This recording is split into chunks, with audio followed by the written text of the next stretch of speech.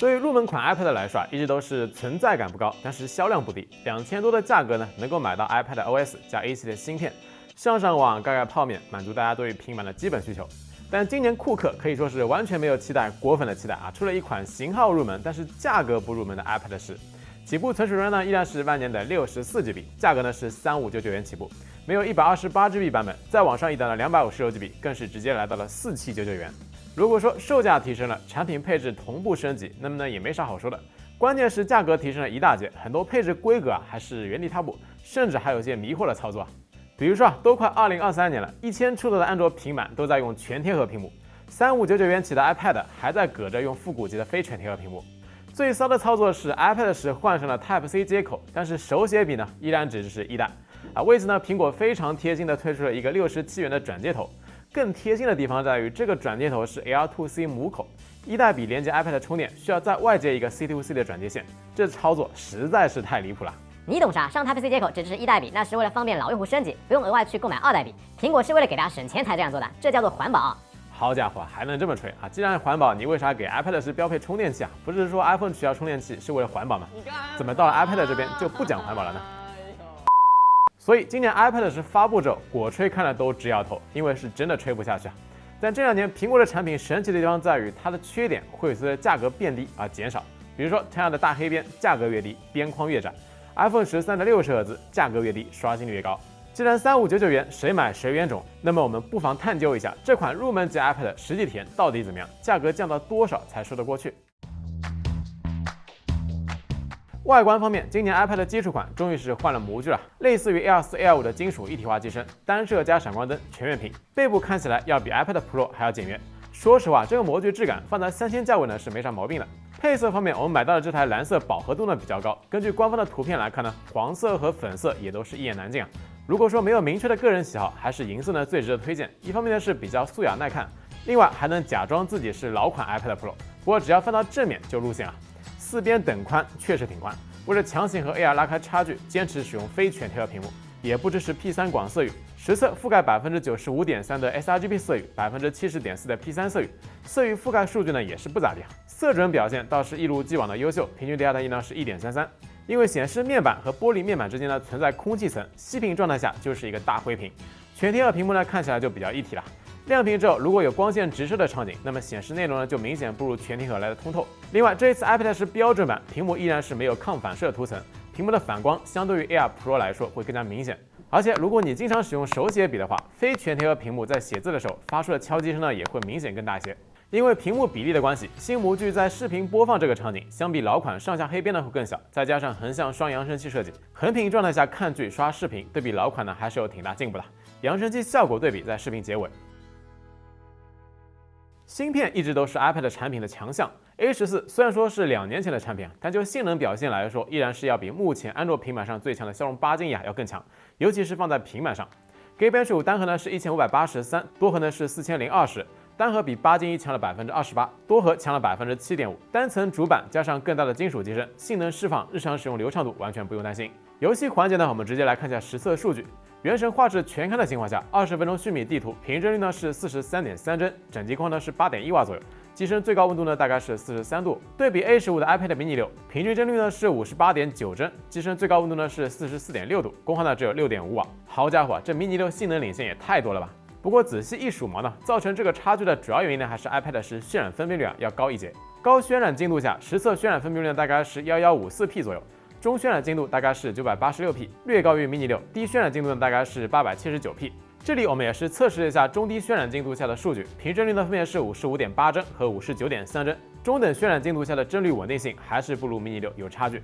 低渲染精度呢，虽然说帧率非常稳，但是因为屏幕尺寸的关系，画面精细度看起来就要差许多。考虑到平板尺寸以及握持手感，他们觉得目前移动端原神最佳启动器还是 iPad mini 6。电池容量方面 ，iPad 10呢是7606毫安时，使用附赠的20瓦 PD 充电头，半小时充入电量呢是7.8瓦时，也就是27%。1小时能充到53%，完整充满耗时呢是2小时26分钟。这里我们也是用40瓦 PD 头测试了一下，峰值功率呢能达到29瓦左右，半小时充入电量呢是9.25瓦时，短时间回血速度会更快些。完整充满耗时呢是2小时07分钟。iPad 10这次虽然说更换了 C 口，但是接口速率呢依然是 USB 2.0，随机附赠的数据线改为了编织材质。最大电流呢是3A。对于搭载 A14 芯片的 iPad 10来说 ，iPadOS 16.1在核心体验上相比之前呢，并没有什么太大的变化。软件方面呢，不少自带应用针对横屏进行了排版优化，比如说 Apple Music、文件管理器等等，增加了侧边栏，布局呢和 macOS 上自带应用几乎是保持一致。所以在部分 iPad 支持前台调度之后，苹果呢是更希望大家横过来使用 iPad 把前置摄像头放在侧边中间呢，也印证了这一点。自带 App 横过来体验更好了，但是目前来说，很多第三方 App 横过来体验就比较糟糕了。这里我们也是测试了一些常用 App， 比如说微博、酷安、知乎，横屏体验呢都非常糟糕几乎就是无脑放大版。一页显示的内容还不如手机，左右两侧的空白区域就是直接浪费掉了。购物软件淘宝自带平行世界，两级页面并排显示，避免了显示区域的大量浪费。但细节体验呢还是不太行有些元素还是无脑放大拉伸，有些页面点击图片会出现无法居中显示的问题。而京东的视频呢，只能用辣眼睛来形容打开之后直接强制竖屏。信息流页面呢，一会儿文字很小，一会儿呢文字很大。当然，我们也是尝试着用侧拉模式打开结果呢还是给你直接强制全屏了。开发者但凡有一台 iPad， 也不至于做成这样子。相比之下，小红书的横屏体验呢优化的还不错不仅主页信息流没有浪费横屏空间，点开一篇文章之后，左侧显示图片，右侧呢显示文字和评论。任意位置向右滑动都能够返回无论是大屏利用率还是交互呢，都是比较舒服。至于 HD 应用，目前来看，视频类 HD 版呢做的还不错，比如说 B 站、腾讯视频等等。其他 HD 应用呢体验也是很糟糕，比如说微博、百度地图、淘宝等等 ，HD 版本呢都是直接下架了。京东的 HD 版本虽然说还能找到，但是打开之后呢会提示你跳转到京东 App。理论上，购物、社交、地图 App 完全可以依托大屏优化排版来提升这个阅读的效率。但实际情况是，即便是软件生态比较强的苹果，大部分应用的横屏视频依然是很拉垮。当然，这点呢其实也是折叠屏手机目前主要的问题。虽然说展开之后屏幕更大，但本质上依然是个大号的安卓视频播放器。大多数 App 并不会因为屏幕变大，内容显示效率变高，甚至呢会变得更差。OK， 那么简单小结一波，iPad 10在影音体验和质感方面，相对于老款呢是有明显提升的。对称扬声器听感更好，全屏播放18:9或者说20:9的视频时，上下黑边呢会更窄。但这些改进也只能说是常规进步吧。毕竟时代不同了，老款 iPad 的模具都用了多少年了？现在2000档位，随便一个安卓平板，哪个不是全贴合屏幕，标配120赫兹？哪个不是对称扬声器设计？有的呢甚至是4扬声器，快充速度基本也是要更快。所以如果你的需求是盖泡面、追剧、看视频，那么很显然，2000档位的安卓平板或者说鸿蒙平板都要比入门款的 iPad 更值得购买。至少这个非全贴合屏幕、反人类的手写笔充电方式都不应该出现在售价3000加的平板上。况且现在第三方平台上3000出头就能够买到 iPad Air 4同样是 A14 处理器，有全贴合屏幕，也支持2代笔，机身更加轻薄。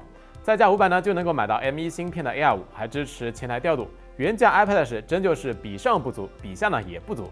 所以目前来说，苹果悄悄上架的产品，除了 AirPods Pro 这个特殊个例，大多数时候呢都是产品力不符合定价。考虑到目前 iPad 9价格呢在2200元左右，大米觉得 iPad 10合理的定价呢应该是2600到2700左右，原价肯定是不推荐了。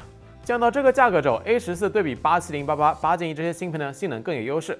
另外 iOS 平台有不少优质软件除了绘画、笔记类，就拿原神来说，画质呢也要比安卓平板好许多。iPadOS 对于平板的适配、升级、维护时间也会相对更加持久。OK， 那么以上就是关于 iPad 10的体验评测了。如果觉得视频做的还不错，还希望各位老铁能够给3连支持一波，这是我们继续更新视频的最大动力。那我们下期视频不见不散，拜了个拜。